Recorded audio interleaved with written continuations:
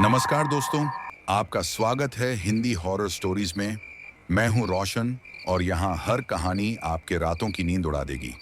तैयार हो जाइए क्योंकि आज हम लेकर आए हैं कुछ भयानक और ऐसी कहानी जो आपके रगों को ठंडा कर देंगी। चलिए शुरू करते हैं आज की कहानी। कहते हैं कुछ गांव ऐसे होते हैं जहां रात को पत्ते भी इजाजत लेकर हिलते हैं। आज की कहानी एक ऐसे ही गांव की है जहां था एक काला कुआं जिसे लोग मौत का दरवाजा कहते थे। कोई उसमें झांकता नहीं था क्योंकि जो झांकता वो लौटता नहीं था। काले कुएं का रहस्य। दोस्तों, मेरा नाम अरुण मिश्रा है। मैं एक पत्रकार हूँ। मुझे हमेशा ऐसी जगहों की खोज रहती है जहाँ कुछ अनकहा, अनदेखा और रहस्यमयी छिपा हो। एक दिन मुझे एक खबर मिली।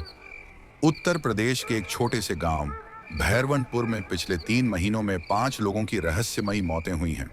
लोग कहते हैं मौतें उस पुराने कुएं से जुड़ी हैं जो गांव के बीचों बीच है। जिज्ञासा जागी और मैं वहां पहुंच गया। गांव बिल्कुल सुनसान था। सड़कें टूटी हुई, पेड़ झुके हुए जैसे किसी रहस्य को छिपाए बैठे हों। मैंने सबसे पहले गांव के प्रधान से मिलने की सोची। प्रधान बूढ़े आदमी थे, सफेद धोती, कांपते हाथ, पर आंखों में डर साफ झलक रहा था। मैंने पूछा, ये कुएं वाली बातें क्या हैं? वो बोले, साहब मत छेड़िए उस कुएं को। कई साल पहले वहां एक लड़की मरी थी, तभी से वो कुआं अपशगुनी हो गया। मैंने पूछा, कैसे मरी थी? प्रधान ने गहरी सांस ली। उसका नाम था राधिका। कुआं ने उसका नहीं, लेकिन अब वो कुएं की है। रात को मैंने गांव के बाहर एक पुरानी हवेली में ठहराव किया। हवेली के पास ही वो कुआं था। गांव वाले कहते थे रात को उस तरफ मत जाना, पर मैं तो पत्रकार था, डर से ज्यादा जिज्ञासु। कैमरा और टॉर्च लेकर बाहर निकला। कोहरा, हवा और पेड़ों की सरसराहट। कुआं बिल्कुल काला था, जैसे उसमें कोई अंधेरा जिंदा हो।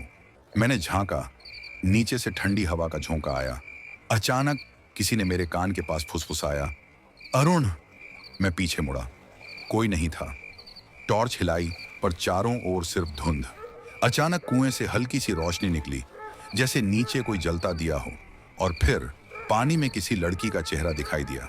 मैं चौंक गया, पीछे हटते हुए गिर पड़ा। चेहरा धीरे धीरे ऊपर आने लगा और फिर गायब हो गया। अगले दिन गांव की एक बुजुर्ग औरत से बात की। वो बोली, साहब राधिका बहुत सुंदर थी। गांव का हर लड़का उसे चाहता था, पर वो एक परदेसी से प्यार करती थी। लोगों को रिश्ता मंजूर नहीं था और एक रात वो दोनों भागने लगे। गांव वालों ने पकड़ लिया। लड़के को पीट पीट कर मार दिया गया और राधिका को उसी कुएं में फेंक दिया गया। मैं सुनकर स्तब्ध रह गया।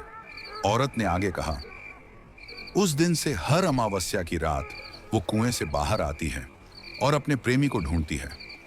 मैंने फैसला किया कि अमावस्या की रात मैं वहीं रहूंगा। शाम को कैमरा और रिकॉर्डर सेट किया। रात के 12 बजे सब शांत था। अचानक टॉर्च अपने आप बंद हो गई। रिकॉर्डर में हल्की हल्की आवाज आने लगी, अरुण, अरुण।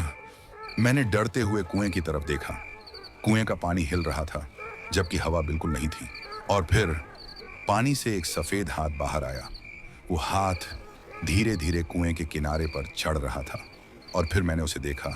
राधिका, सफेद कपड़ों में, बिखरे बाल, और उसकी आंखों से पानी नहीं, खून बह रहा था। वो धीरे धीरे बोली, मेरा वादा पूरा करो।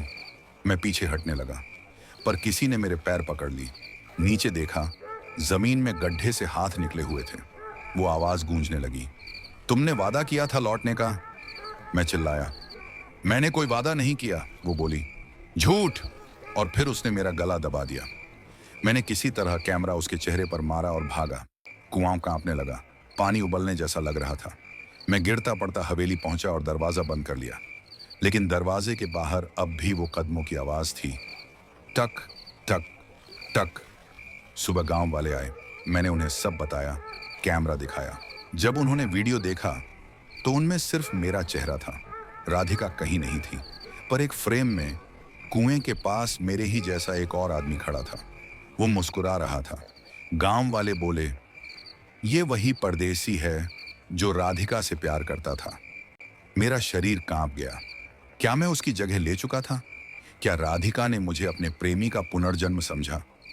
मैंने गांव छोड़ने की कोशिश की, पर जब कार से निकला, सड़क वहीं जाकर खत्म हो गई जहां से शुरू हुई थी।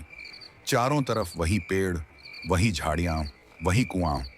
मुझे समझ आया, मैं भैरवनपुर से निकल ही नहीं पा रहा हूं। शायद मैं अब उसी कहानी का हिस्सा बन चुका हूं। रात हुई और कुएं से वही आवाज आई, अरुण, अब तुम हमेशा यहीं रहोगे।